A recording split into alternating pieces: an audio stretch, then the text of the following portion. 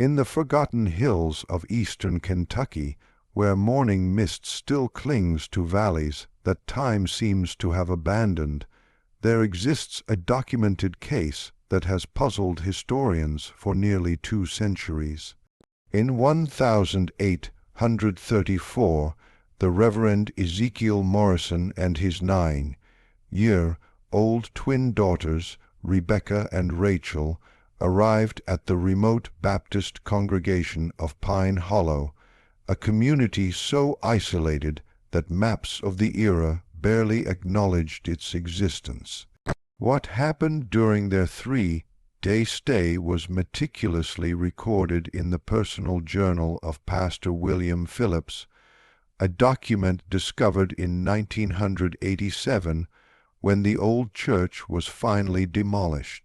The journal entries describe events so precise, so unnaturally accurate that modern psychologists have studied them extensively, yet none can explain how 2 young children could possess knowledge that defied every rational explanation. The Morrison twins didn't just predict future events. They revealed secrets buried for decades, described people they'd never met, and spoke of tragedies that occurred years before their birth. But perhaps most unsettling of all, every single detail they revealed proved to be absolutely verifiably true. This channel isn't for everyone, only for those brave enough to confront mysteries that challenge our understanding of reality itself.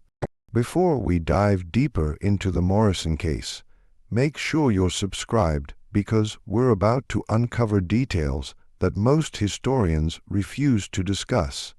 And tell us in the comments, what state are you listening from? Because what happened in Kentucky might have happened closer to your home than you think.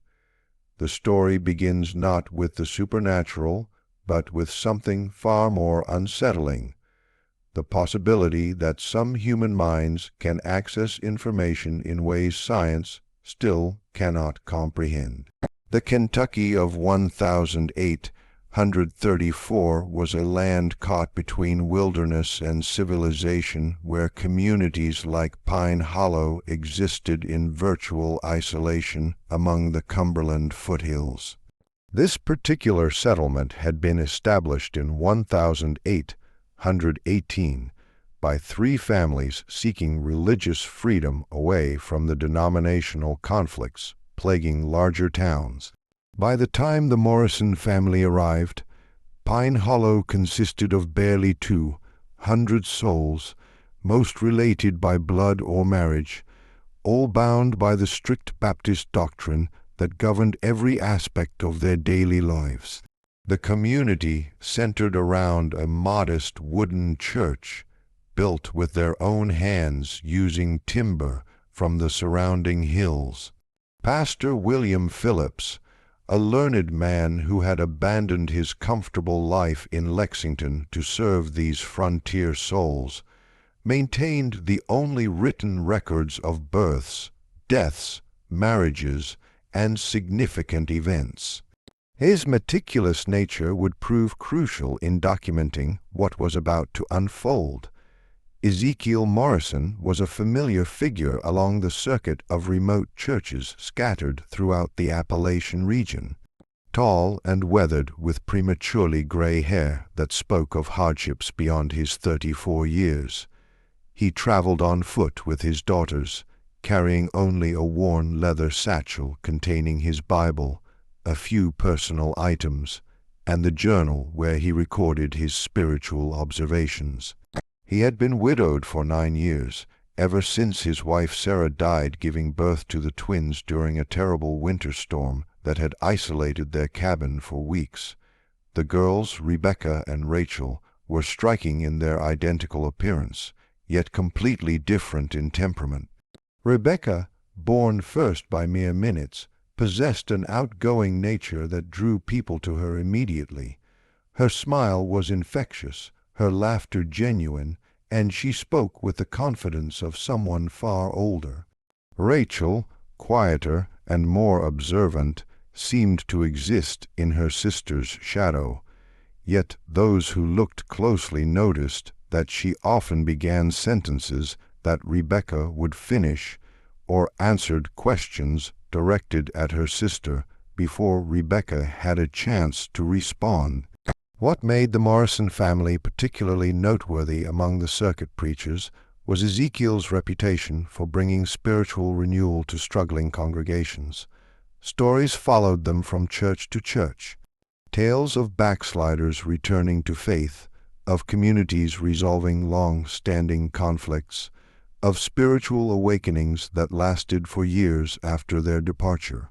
Some attributed this to Ezekiel's passionate preaching, but those who observed more carefully noticed that the real changes often began after private conversations with the twins.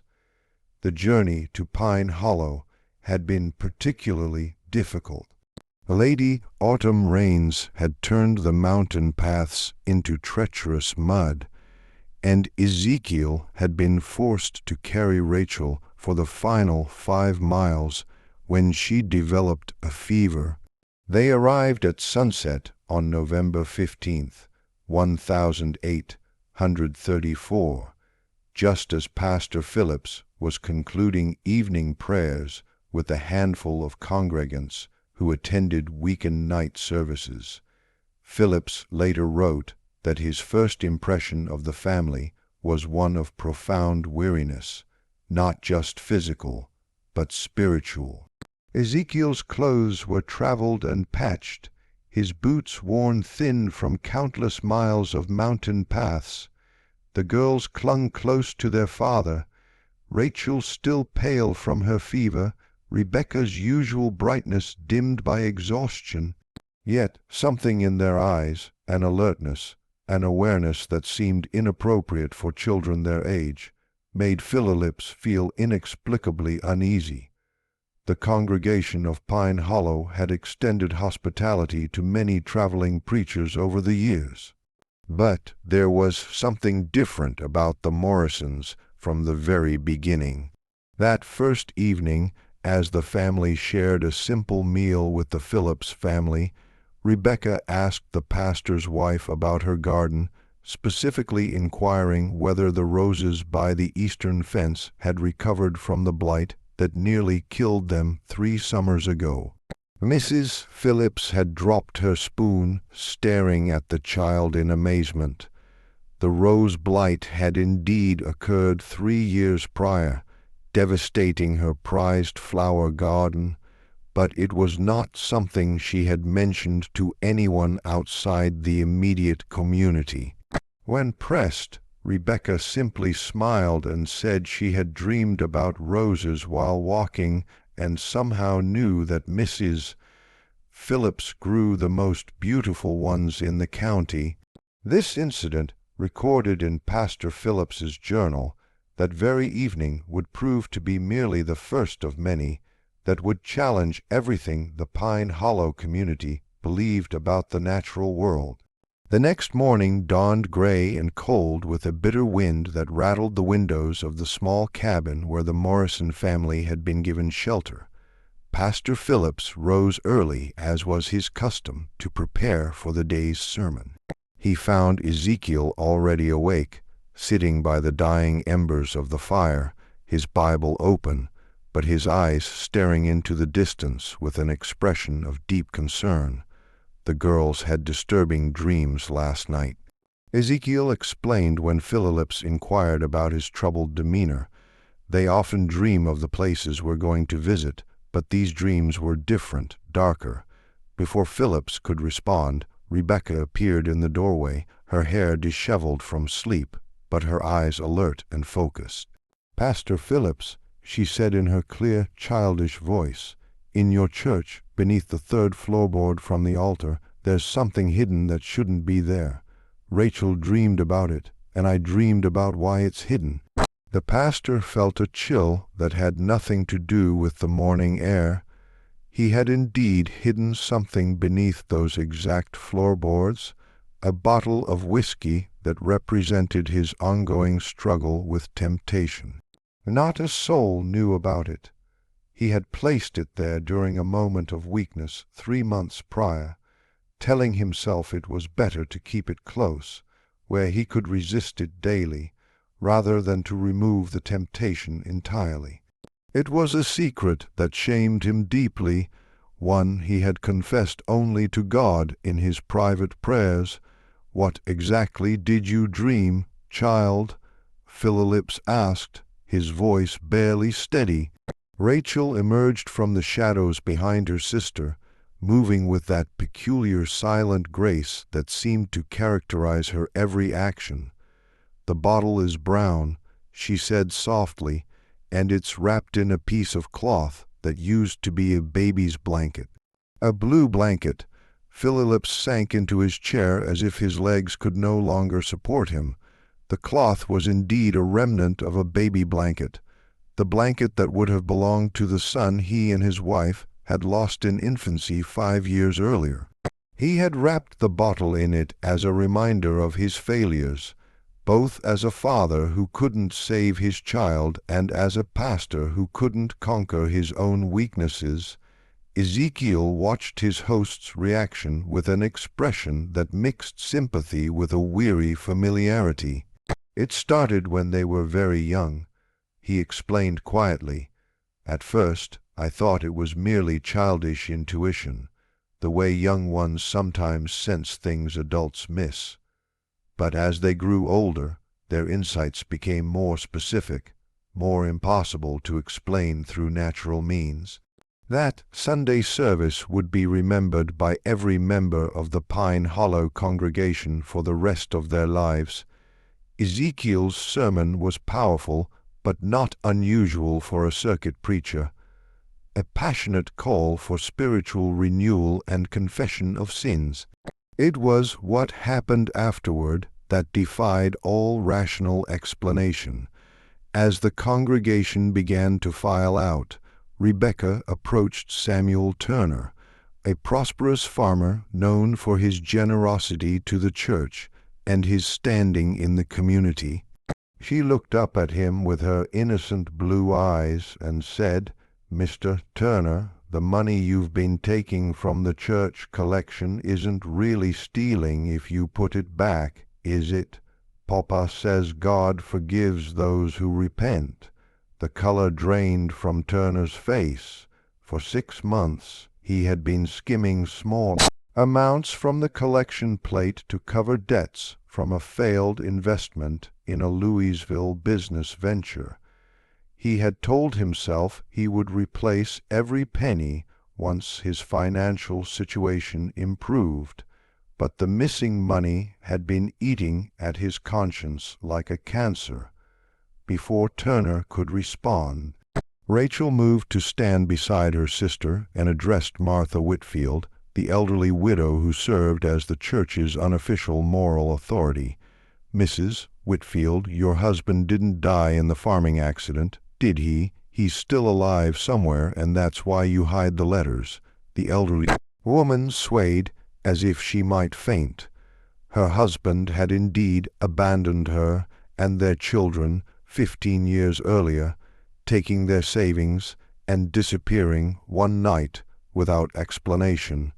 She had fabricated the story of his accidental death to preserve her dignity and her children's future in the community. The letters Rachel mentioned were the occasional correspondence she received from him pleading for forgiveness and describing his new life in Missouri. She had never spoken of them to anyone. One by one, the twins moved through the congregation, speaking quietly to various members. To Dr. Hayes, they mentioned patients who had died under his care due to his lack of proper medical training. To the Miller family, they spoke knowingly of the son they kept hidden in their attic, a young man whose simple mind made them ashamed before their neighbors. To young Thomas Brett, they described in detail his secret meetings with Elizabeth Carter, the married woman whose husband traveled frequently on business. Each revelation was delivered with childlike innocence, without judgment or malice, as if the girls were simply sharing observations about the weather. Yet the accuracy of their statements was so precise so impossible that the congregation stood frozen in a mixture of terror and awe. Pastor Phillips watched in horrified fascination as his orderly community was turned inside out by two 9-year-old children who spoke of secrets that should have been known only to God. But it was Rebecca's final statement that would haunt him for the rest of his days. She walked to the front of the church, stood before the altar, and placed her small hand on the wooden cross that had been carved by the church's founding members. "This is sacred ground," she said, her voice carrying clearly through the silent sanctuary, "but it's been stained by what happened here before. The Whitman family didn't die in a house fire, did they, Pastor Phillips? They died right here in this very room, and some of you know exactly why." The silence that followed was deafening. Even the wind outside seemed to have stilled, as if nature itself was waiting for someone to respond to this impossible accusation. The revelation about the Whitman family struck the congregation like a physical blow. Pastor Phillips, his face pale as morning frost, gripped the pulpit so tightly his knuckles went white. The Whitman tragedy was Pine Hollow's deepest secret, a wound that had never properly healed despite 16 years of collective silence. In 1818, when Pine Hollow was still a struggling settlement of barely 50 souls, the Whitman family had been among its most prominent members. Jacob Whitman served as both blacksmith and unofficial leader, while his wife Mary was known for her skill with herbal remedies and her gentle way with difficult births.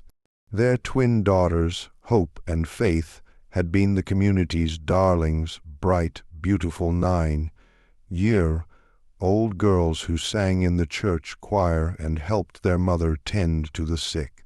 The official story, the one recorded in Pastor Phillips's predecessors' carefully maintained records, stated that the Whitman family had perished in a tragic house fire during a winter storm. Their bodies had been found in their home's remains, and they were buried in the church cemetery with appropriate ceremony. The community mourned, rebuilt, and moved forward as frontier communities were forced to do when tragedy struck.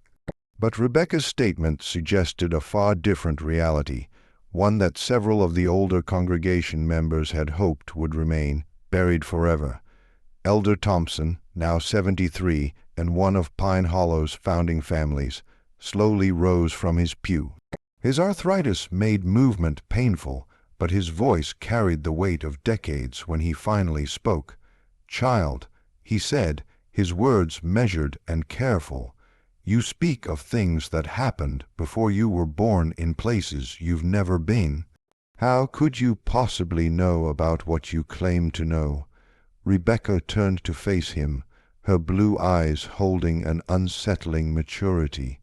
Faith Whitman had a birthmark on her left shoulder. She said quietly. Hope had one on her right ankle.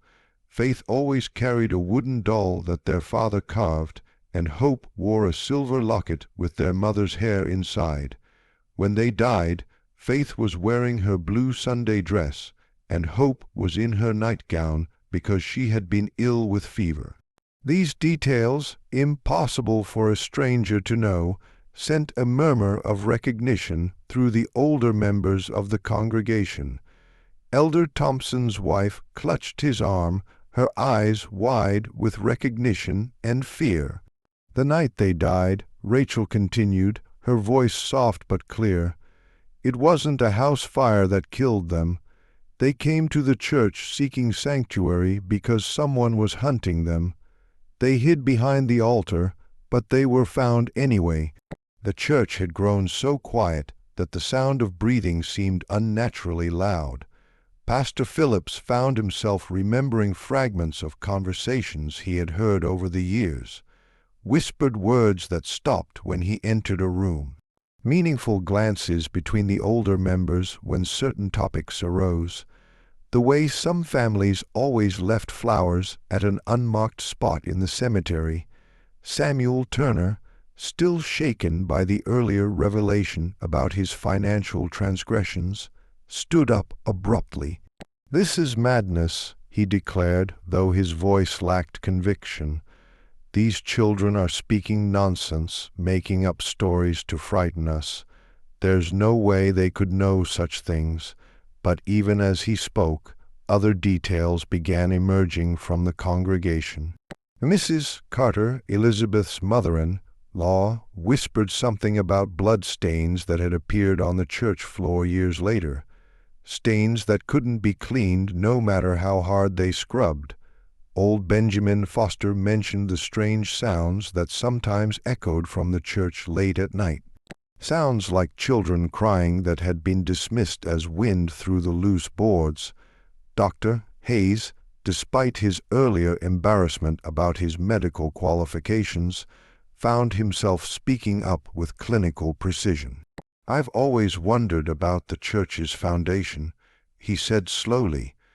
"When I helped repair the eastern wall 3 years ago, we found what looked like, well, what could have been bone fragments mixed with the original mortar." The implications of his statement hung heavy in the air. If the Whitman family had indeed died in the church, if their bodies had been secretly interred within its very foundations, then every service, every prayer, every moment of worship had taken place over their unmarked graves. Ezekiel Morrison had been standing silently throughout these revelations, his weathered face showing deep concern but no surprise. He had witnessed similar scenes in other communities, watched as his daughter's impossible knowledge unraveled, carefully maintained lies, and brought long-buried truths into the light. "Mr. Morrison," Pastor Phillips said, his voice strained, "how do your daughters know these things? What manner of gift allows them such insight?" Ezekiel was quiet for a long moment, studying the faces of the congregation before responding. "I've asked myself that question every day for years," he finally said. "Their mother, Sarah, claimed to have the second sight, the ability to sense things beyond normal perception. But what the girls experience goes far beyond anything Sarah ever demonstrated. They dream of places they've never seen, speak of people they've never met, no details about events that occurred before their birth." He paused, looking at his daughters with a mixture of love and profound sadness. "At first, I believed it was a blessing, a divine gift that would help me minister to troubled souls. But over the years, I've begun to wonder if it's something else entirely. The knowledge they possess, it comes with a cost. They carry the weight of everyone's secrets, everyone's pain. They know things children should never have to know." As if summoned by their father's words, the twins moved to stand together at the front of the church.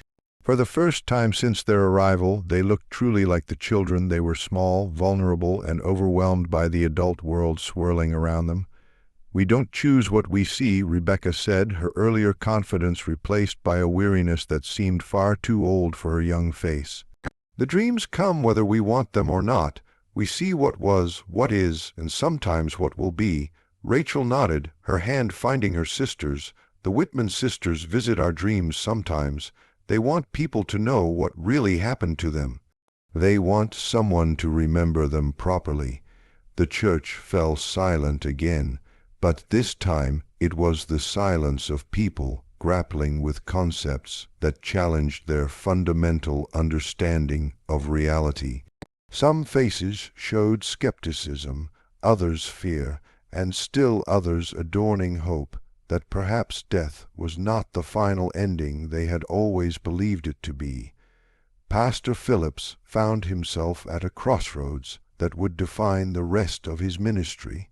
He could dismiss the twins' claims as childish fantasy or deliberate deception, preserving the community's carefully maintained stability, or he could pursue the truth, no matter where it led, and risk destroying the foundations upon which Pine Hollow had been built. The decision would prove to have consequences that none of them could have anticipated. That evening, as shadows lengthened across Pine Hollow's narrow streets, Pastor Phillips found himself unable to concentrate on his usual evening prayers. The twins' revelations had shaken him to his core, not just because of their accuracy, but because they had forced him to confront questions he had been avoiding for years. He had arrived at Pine Hollow 5 years earlier, eager to serve God in the wilderness and to escape the theological controversies that plagued the more established churches in Cuckey's larger towns. His predecessor, Pastor Morai Hayes, had left behind meticulous records of births, deaths, and significant events. But Phillips had always noticed gaps in the documentation from the settlement's earliest years. The winter of 1818 in particular seemed oddly sparse in recorded details. There were entries about harsh weather, supply shortages, and the deaths of several elderly residents, but the Whitman family's tragedy was mentioned only briefly. Jacob Whitman, his wife Mary, and their twin daughters Hope and Faith perished in a house fire on the night of December 21st. Their earthly remains were committed to the ground with appropriate Christian ceremony. What had always struck Phillips as strange was the lack of detail about such a significant event. Pastor Hayes had been thorough in his documentation of even minor incidents. Yet the death of an entire family, particularly one as prominent as the Whitmans, had been recorded with unusual brevity. Determined to understand what the Morrison twins might have uncovered, Phillips began searching through the church's stored records with new eyes, hidden beneath years of accumulated documents. He discovered a small leather journal he had never seen before. The pages were water-stained and fragile, but the handwriting was clearly Pastor Hayes's own. What Phillips read by candlelight that night would change his understanding of Pine Hollow's history forever. The journal revealed that Pastor Hayes had been deeply troubled by the circumstances surrounding the Whitman family's death. According to his private notes, Jacob Whitman had discovered something disturbing about certain members of the community, something significant enough that he had demanded a public confession and reparation. The nature of the discovery wasn't clearly stated, but Hayes's entries suggested it involved financial impropriety and possibly worse. On the night of December 20th, 1818, Jacob Whitman had apparently confronted several community leaders in a heated meeting that lasted until well after midnight. Hayes wrote of raised voices, accusations of theft and corruption, and threats of exposure that would destroy the reputations of some of Pine Hollow's most respected families. The final entry, dated December 22nd, was particularly chilling. "The Lord forgive us all for what was done. Jacob and his family came to the church seeking sanctuary, but they were followed. I heard the children crying, then silence. When morning came, we found them as they had been left. Elder Thompson and the others insisted we must protect the community's future, that the truth would destroy us all. I have agreed to their plan. May God have mercy on my soul."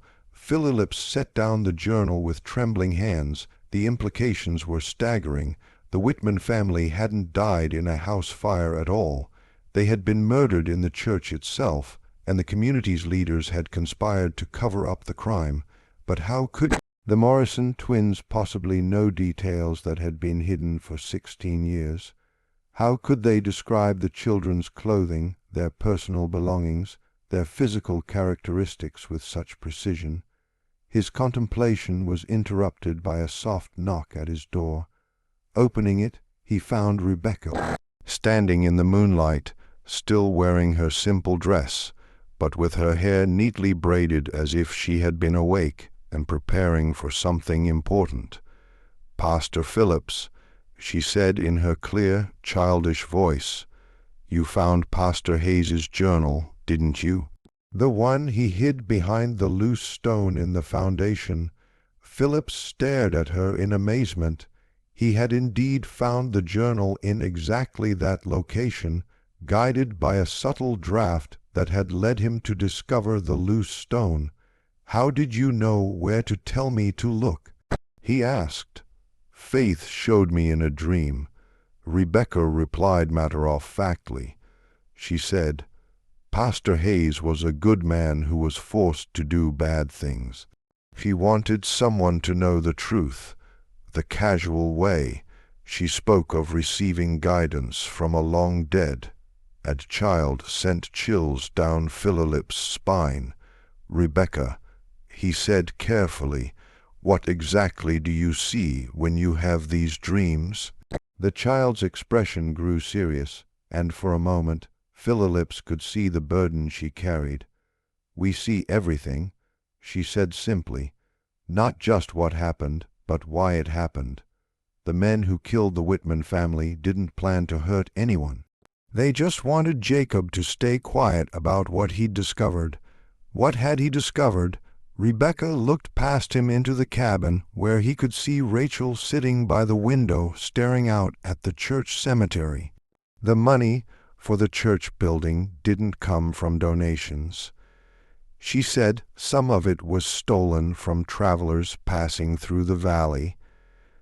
Jacob found out about it when he was asked to make horseshoes for horses that belonged to dead men. The pieces began falling into place in Philip's mind. The early years of Pine Hollow had been marked by frequent reports of travelers disappearing along the mountain paths. Officially, these disappearances had been attributed to natural dangers, bears, falls, exposure to harsh weather. But if Jacob Whitman had discovered evidence that some travelers had been deliberately murdered and robbed, the church was built with blood money. Rebecca continued, her young voice carrying a weight of understanding that should have been impossible at her age. "That's why faith and hope can't rest. Their blood was spilled on ground that was already cursed." Phillips found himself face to face with a truth more horrible than anything he had imagined. The church he had devoted himself to serving, the sanctuary where he had prayed for guidance and comfort, had been constructed with proceeds of murder and had itself become the site of even greater violence. But even as he grappled with these revelations, a part of his mind remained analytical, questioning how could he verify any of this? How could he distinguish between supernatural knowledge and an elaborate deception? The answer would come sooner than he expected, and from a source that would challenge every rational explanation he might have constructed. The next morning brought an unexpected visitor to Pine Hollow. As the Morrison family prepared for their departure, their planned 3-day stay having already been extended to accommodate Sunday's dramatic revelations, a lone horseman approached the settlement from the eastern trail. The rider was a man in his 50s, well, dressed in the manner of town folk with a bearing that suggested education and authority. He introduced himself to Pastor Phillips as Thomas Brennan, a solicitor from Lexington, who had been searching for information about events in Pine Hollow dating back to its founding years. "I represent the estate of one Marcus Webb," Brennan explained as he accepted Phillips's hospitality. "Mr. Webb died recently in Louisville, and among his effects we found documents suggesting he had business dealings with this community in its early years. I'm attempting to trace the disposition of certain funds that may have been irregularly transferred. Phillips felt his blood chill. Marcus Webb was a name that had appeared in Pastor Hayes's secret journal, one of several travelers who had disappeared along the mountain paths in 1818 and 1819. According to Hayes's notes, Webb had been carrying a considerable sum of money intended for land purchases in Tennessee. Before Phillips could formulate a response, Rebecca appeared at his elbow with that uncanny timing that characterized so many of her appearances. She looked up at Brennan with curious eyes and said, "Mr. Webb had a gold watch with his initials engraved inside the cover. It had a crack across the crystal because he dropped it when he fell from his horse." Brennan's composure cracked visibly. "How could you possibly know about Marcus Webb's watch?" he demanded. That detail was mentioned only in his personal correspondence with his brother. Rachel materialized beside her sister as if summoned by some invisible signal. "The watch is buried behind the church," she said quietly. "Along with his money bag and his horse's bridle. Elder Thompson put them there after what happened on the trail." The implications struck Phillips like a physical blow. If the twins were correct, if Marcus Webb's personal effects were indeed buried behind the church, it would prove that their knowledge extended far beyond what any normal child could possess. More importantly, it would provide tangible evidence of the crimes that had funded Pine Hollow's early development. Brennan dismounted his horse with urgent purpose. "I demand that we excavate the area immediately," he declared. "If what these children claim is true, we're looking at evidence of robbery and murder." Elder Thompson, who had been observing the exchange from a distance, approached with obvious reluctance. At 73, he was the only surviving member of the original leadership council that had made the decisions in those early years. His weathered face showed a mixture of resignation and defiance. "You speak of things you don't understand, stranger," Thompson said, his voice carrying the authority of age and position. "This community was built by God, fearing people who did what they had to do to survive in the wilderness. Survival doesn't justify murder." Brennan replied sharply, "If these allegations are true, this entire settlement was founded on criminal acts." Rebecca looked up at Elder Thompson with those unsettling blue eyes that seemed to see far too much. "Mr. Thompson," she said gently, "the nightmares stopped coming after the first year, didn't they? You told yourself that meant God had forgiven you." Thompson's facade crumbled visibly. "Child," he whispered, "you couldn't know about. No one knows about the dreams where Marcus Webb begged you to let him go." Rachel continued, her soft voice carrying clearly in the morning air. "About how you see his face every night before you fall asleep." The old man sank onto a nearby tree stump, as if his legs could no longer support him. "It wasn't supposed to happen," he said, his voice breaking. "We only meant to take the money. We were starving. Our children were sick and winter was coming, but Webb fought back, and then his confession hung in the air like smoke from a funeral pea. Pastor Phillips realized he was witnessing the unraveling of everything he had believed about his community, his church and his faith. Ezekiel Morrison, who had been standing silently through these revelations, finally spoke. "The truth has a way of surfacing," he said quietly. "My daughters don't choose what they reveal. They're simply conduits for information that demands to be heard." Brennan wasted no time in organizing an excavation party. Within hours, several men from the community were digging behind the church, guided by the twins' precise directions. Pastor Phillips watched with growing dread, knowing that each shovel full of earth brought them closer to evidence that would destroy Pine hollows, carefully constructed mythology. They didn't have to dig deep. 3 ft below the surface, their shovels struck something metallic. Carefully brushing away the soil, they uncovered a tarnished gold pocket watch. Its crystal indeed cracked as Rebecca had described. The initials MW were clearly visible inside the cover. Beside the watch lay a leather money bag, its contents long since deteriorated, but its presence undeniable. The horse's bridle, though rotted by years of burial, was still recognizable for what it had been. Brennan examined each item with the methodical precision of a man accustomed to building legal cases. This watch matches the description in Marcus. Webb's correspondence exactly, he announced. The crack across the crystal, the engraving, even the unusual chain link. Everything is precisely as his brother described it. But it was Elder Thompson's reaction that provided the most damning confirmation. The old man stared at the recovered items with the expression of someone seeing ghosts, his lips moving in what might have been prayer or confession. There were others, he said finally, his voice barely audible. Webb wasn't the first, and he wasn't the last. The trail through these mountains was perfect for what we needed to do. Travelers came through regularly, usually alone, often carrying money for land deals or business ventures. The scope of the crimes was becoming clear. Pine Hollow hadn't been built through hard work and divine providence.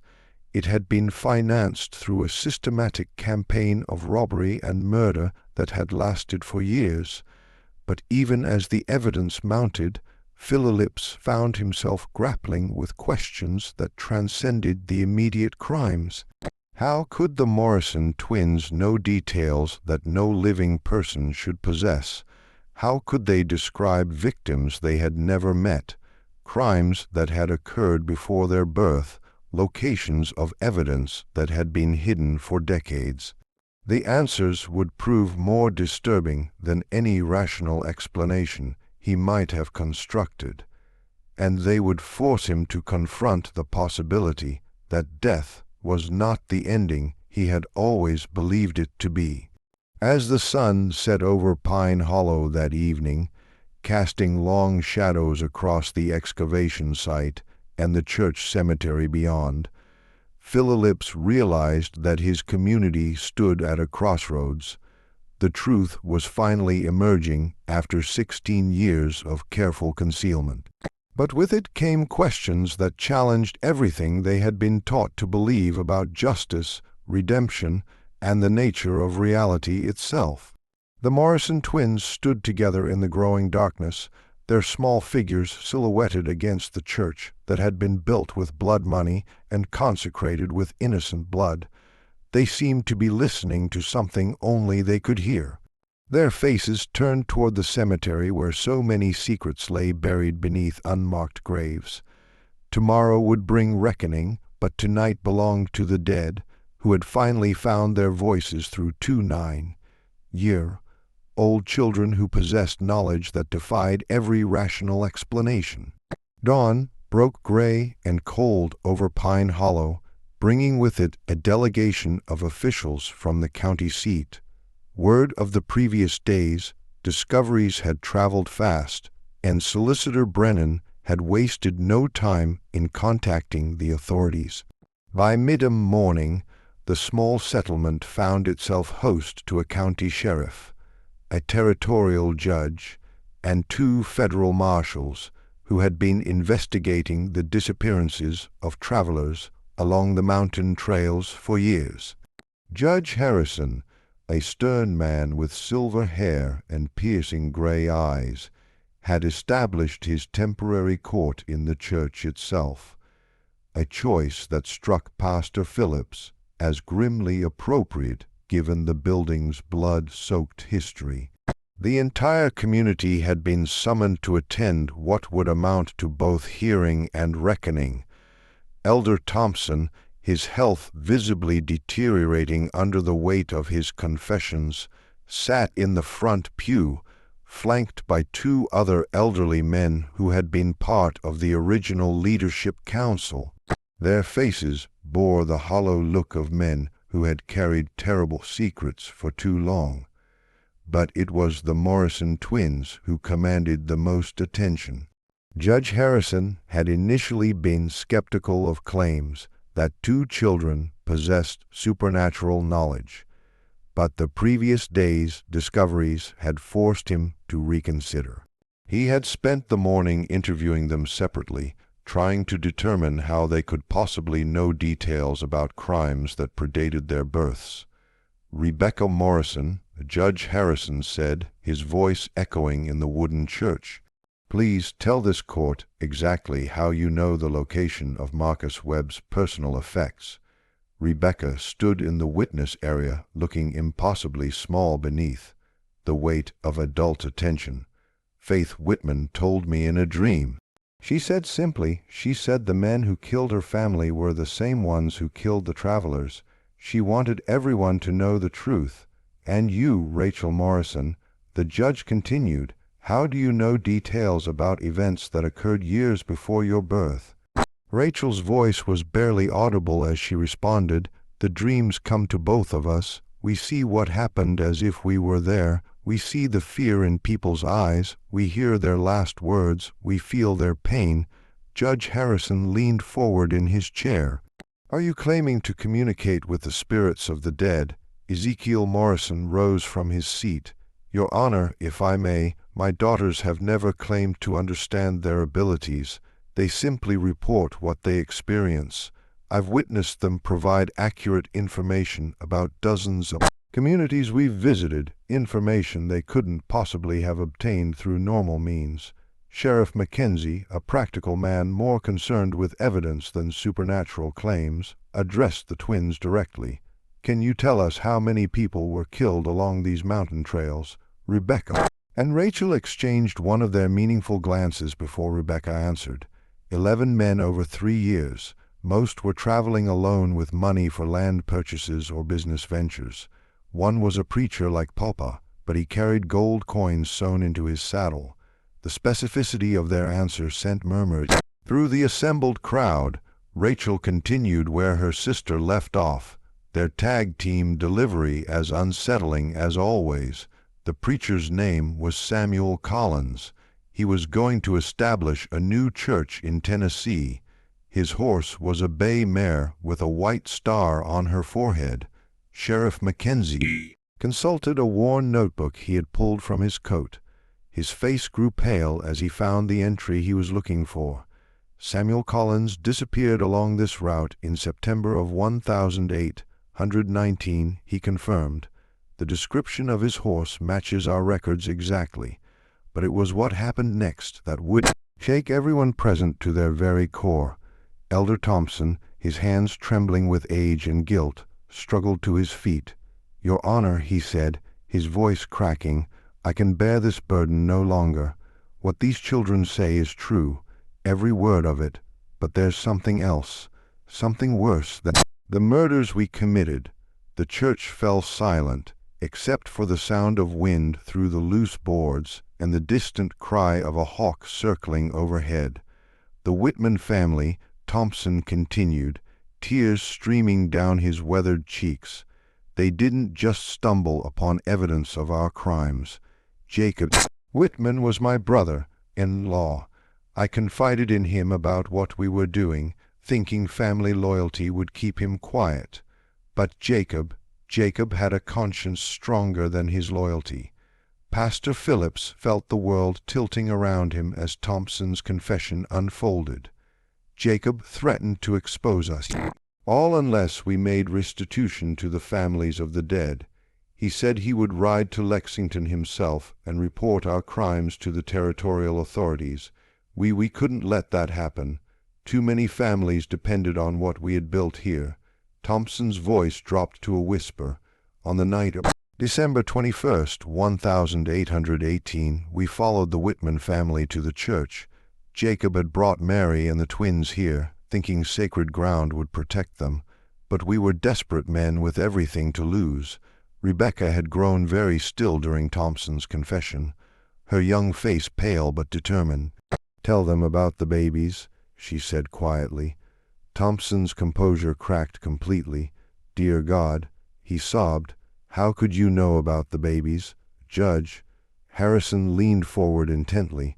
"What babies? Explain yourself, man." "Mary Whitman was with child when we killed her," Thompson said, the words seeming to tear from his throat. 8 months along with twins. The doctor said they might have lived if we had gotten help instead of." He couldn't finish the sentence.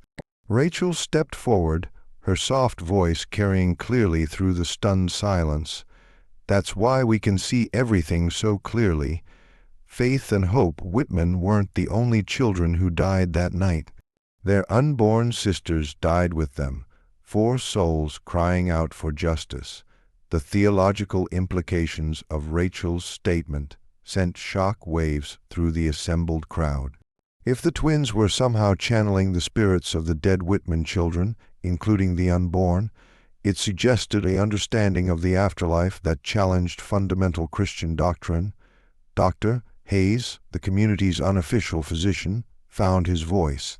"I assisted with the burial," he said slowly. We found evidence of the pregnancy, but we told ourselves the babies had been too young to have souls, that they wouldn't need proper burial rites." "Every soul matters to God," Ezekiel Morrison said firmly. "Every life, no matter how brief, has eternal significance." But Judge Harrison was more concerned with earthly justice than theological debate. "Mr. Thompson, are you confessing to the murder of Jacob Whitman, his wife Mary, their twin daughters, and 2 unborn children?" "I am," Thompson replied, his voice hollow with despair. "And to the murders of 11 travelers who trusted us with their lives." "We are all guilty, myself, Samuel Bradford, and Marcus Perry. We planned it together. We carried it out together, and we've hidden it together for 16 years. The 2 other elderly men named in Thompson's confession sat in stunned silence, their faces masks of resignation and terror. The weight of 16 years of collective guilt had finally become too heavy to bear. Sheriff Mackenzie stood and began placing the 3 men under arrest, but Judge Harrison raised a hand to stop him. "Before we proceed with formal charges," the judge said, "I need to understand how these children could possibly know details that were never recorded, never spoken of, never shared outside the circle of perpetrators." Rebecca looked up at the judge with those unnaturally knowing blue eyes. "Your Honor," she said in her clear, childish voice, "some truths are too big to stay buried forever. The Whitman sisters and their unborn babies have been waiting 16 years for someone to hear their story. But how do you hear them?" Judge Harrison pressed. "What mechanism allows this communication?" Rachel joined her sister at the front of the church. "We don't understand it any more than you do," she said.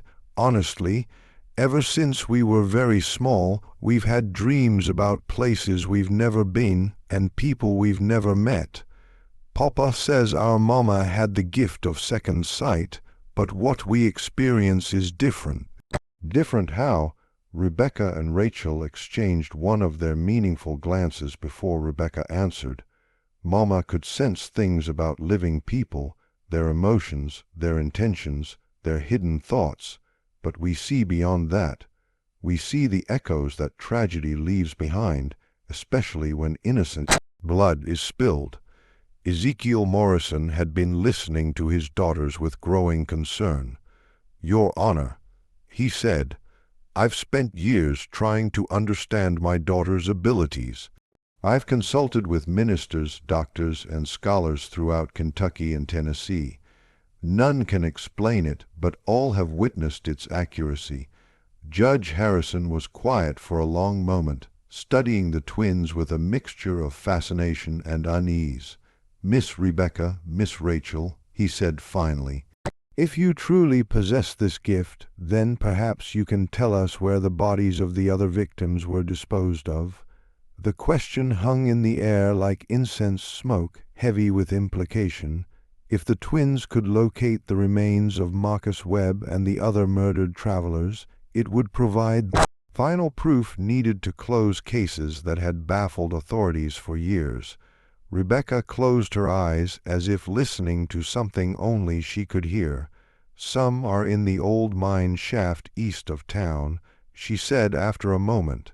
"Others were thrown into Devil's Creek, where the current runs deepest, but 3 were buried beneath the church floor, their bones mixed with the foundation stones." The revelation that 3 murder victims had been interred beneath the church itself sent a collective shudder through the congregation. Pastor Phillips realized with horror that he had been conducting services, celebrating communion and offering prayers for salvation while standing directly over the unmarked graves of innocent men. Sheriff Mackenzie looked to Judge Harrison for direction. "Your Honor, if we're to verify these claims, we'll need to excavate the church floor itself, and we will." Judge Harrison replied grimly, "But first, I want to understand the full scope of these crimes." He turned back to Elder Thompson. "Where is the money stolen from these victims? What was done with their possessions?" Thompson gestured weakly toward the church building around them. "Everything went into building our community. The church, the school, the mills, all of it was built with blood money. We told ourselves we were creating something good from something evil, that God would forgive us if we used the money for righteous purposes." "And the victims' families," Judge Harrison asked, "did any of you consider the wives, children, parents who never learned what happened to their loved ones?" It was Rachel who answered, her young voice carrying a weight of sadness that seemed inappropriate for her age. "Marcus Webb had a wife named Elizabeth and 2 young sons. Samuel Collins was engaged to be married to a woman named Catherine, who waited for him until she died of consumption 3 years later. Most of the others had families who spent years wondering, hoping, grieving without closure." The specificity of her knowledge about the victims' personal lives was perhaps the most unsettling aspect of the entire ordeal. These weren't just names and dates. The twins spoke of the murdered men as if they had known them personally, as if they carried the weight of their unfulfilled dreams and abandoned responsibilities. Judge Harrison stood and addressed the assembled crowd. "This court will recess while we conduct a thorough investigation of the claims made here today. Sheriff Mackenzie will coordinate the excavation of the church floor and the search of the locations identified by the Morrison children. Elder Thompson, Samuel Bradford, and Marcus Perry will remain in custody pending formal charges." As the 3 elderly men were led away in shackles, the congregation began to disperse in stunned silence. 16 years of carefully maintained lies had crumbled in a single morning, leaving a community to grapple with the knowledge that their entire foundation was built on murder and deceit. But for Pastor Phillips, the most disturbing questions remained unanswered. How could 2 9-year-old children possess knowledge that defied every natural law? What did their abilities suggest about the nature of death, the persistence of consciousness, and the possibility of communication between the living and the dead? The Morrison twins stood together in the emptying church, their small figures dwarfed by the magnitude of what they had revealed. They seemed tired, drained by the emotional weight of channeling so much pain and injustice. "Papa," Rebecca said quietly, "can we leave now? The voices are getting louder, and it's hard to keep them all straight." Ezekiel Morrison gathered his daughters close, his weathered face showing deep concern for the burden they carried. "Soon," he promised, "but first, we need to help these people understand what you've shown them." As the sun reached its zenith over Pine Hollow, casting sharp shadows across the church cemetery and the excavation site behind the building, the community prepared for revelations that would challenge everything they thought they knew about justice, redemption, and the eternal consequences of earthly actions, the truth was finally emerging from 16 years of darkness, but with it came questions that would haunt everyone present for the rest of their lives. The excavation of Pine Hollow's church floor took 3 days.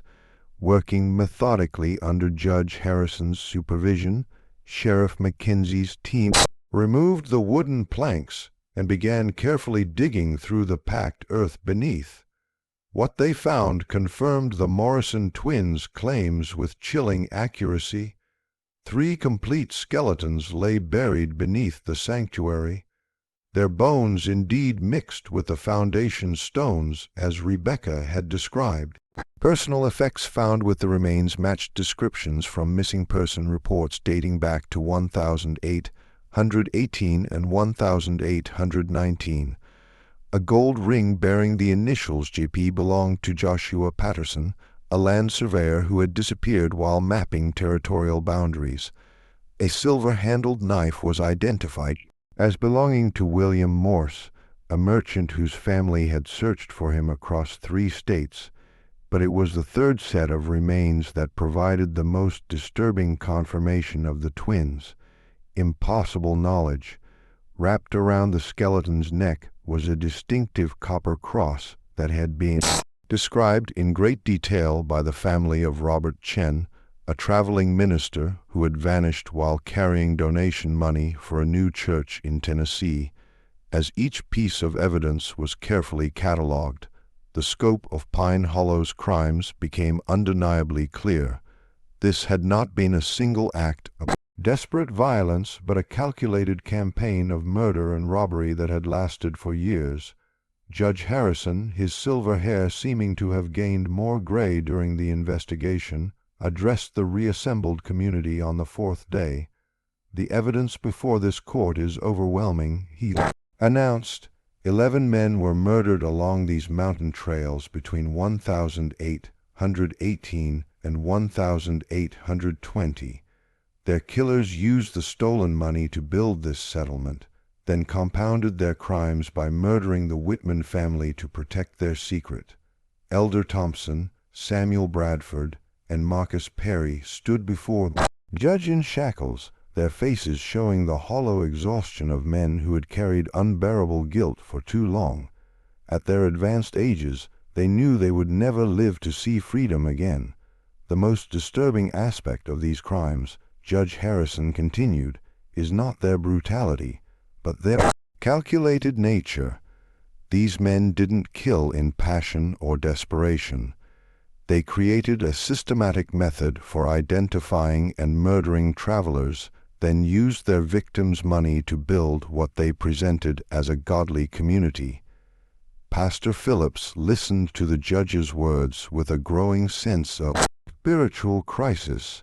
Everything he had devoted himself to serving the church, the community, the shared faith that bound them together had been built on a foundation of innocent blood.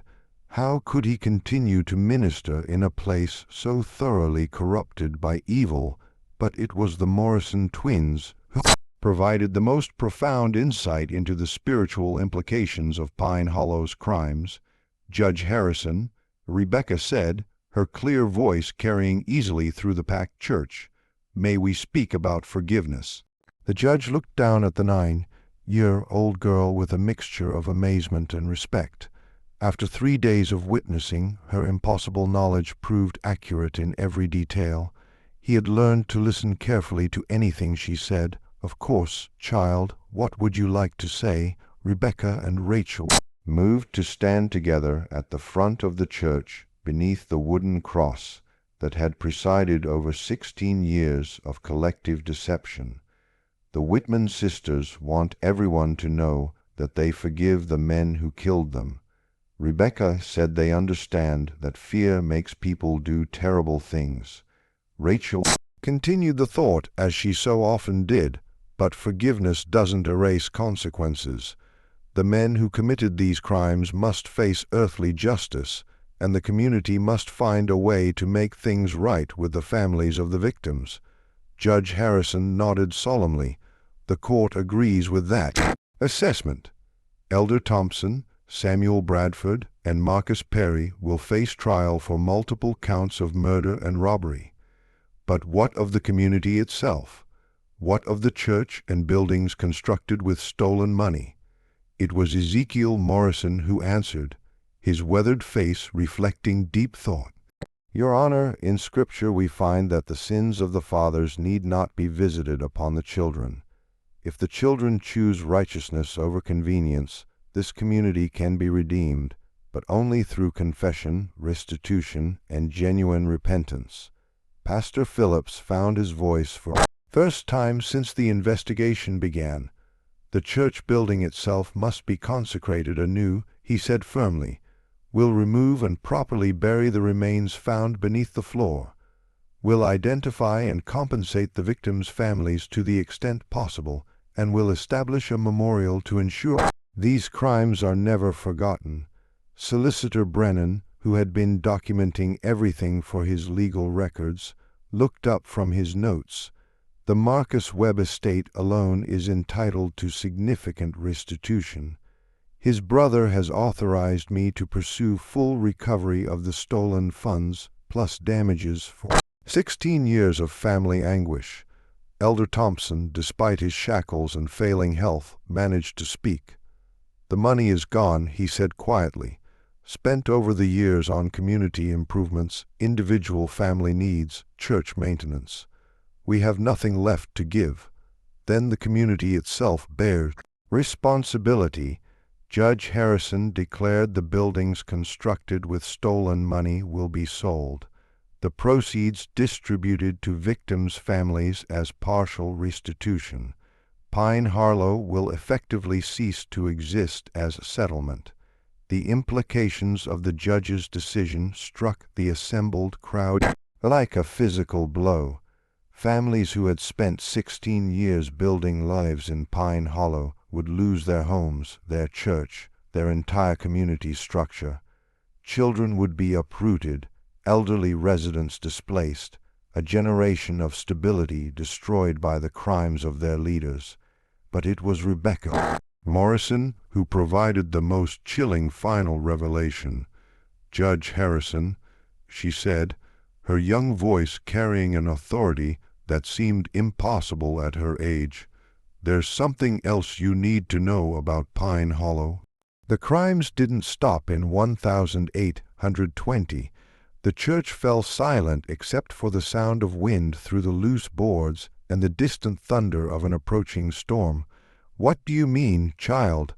Judge Harrison asked, though his tone suggested he wasn't sure he wanted to know the answer. Rachel stepped forward to stand beside her sister.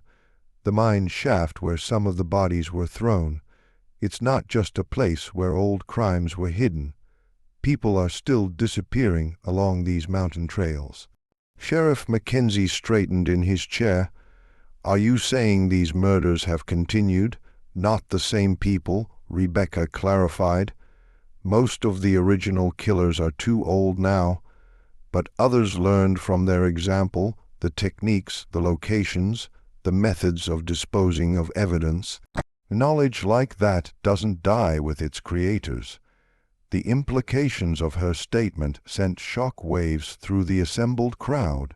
If the twins were correct, Pine Hollow's crimes had spawned a tradition of violence that had persisted for decades, claiming additional victims whose disappearances had been attributed to natural dangers.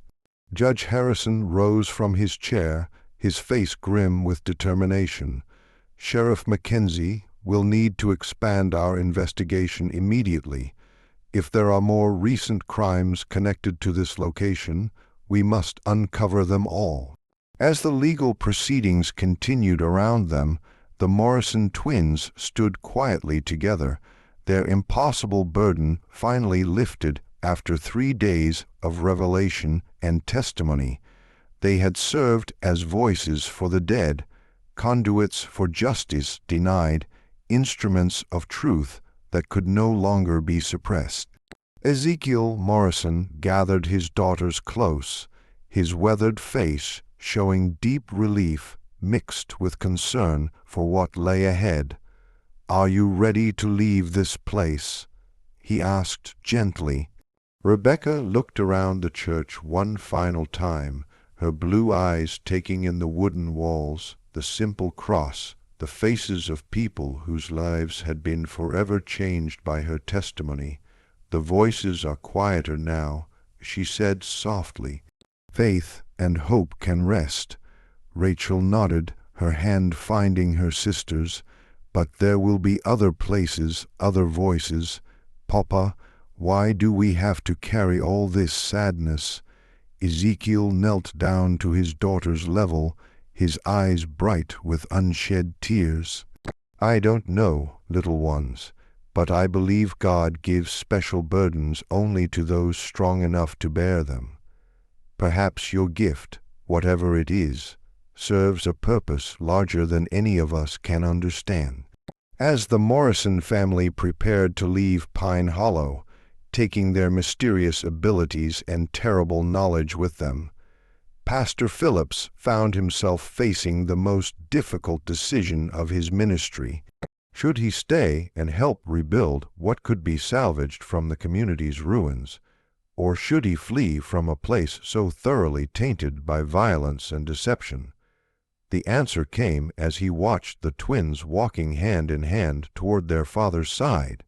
If 2-9-year-old children could bear the weight of such devastating truth with grace and forgiveness, perhaps there was hope for redemption, even in the darkest places. 3 weeks later, Pine Hollow was a ghost town. The church building had been dismantled board by board, its materials sold to help compensate victims' families. The community's residents had scattered to other settlements across Kentucky and Tennessee, carrying with them the knowledge that their entire foundation had been built on innocent blood. But in churches across the region, a new story began to spread. The story of 2 young girls who possessed knowledge that defied rational explanation, who served as voices for the dead and instruments of long-delayed justice. Some dismissed the tale as frontier superstition. Others embraced it as evidence of divine intervention in human affairs.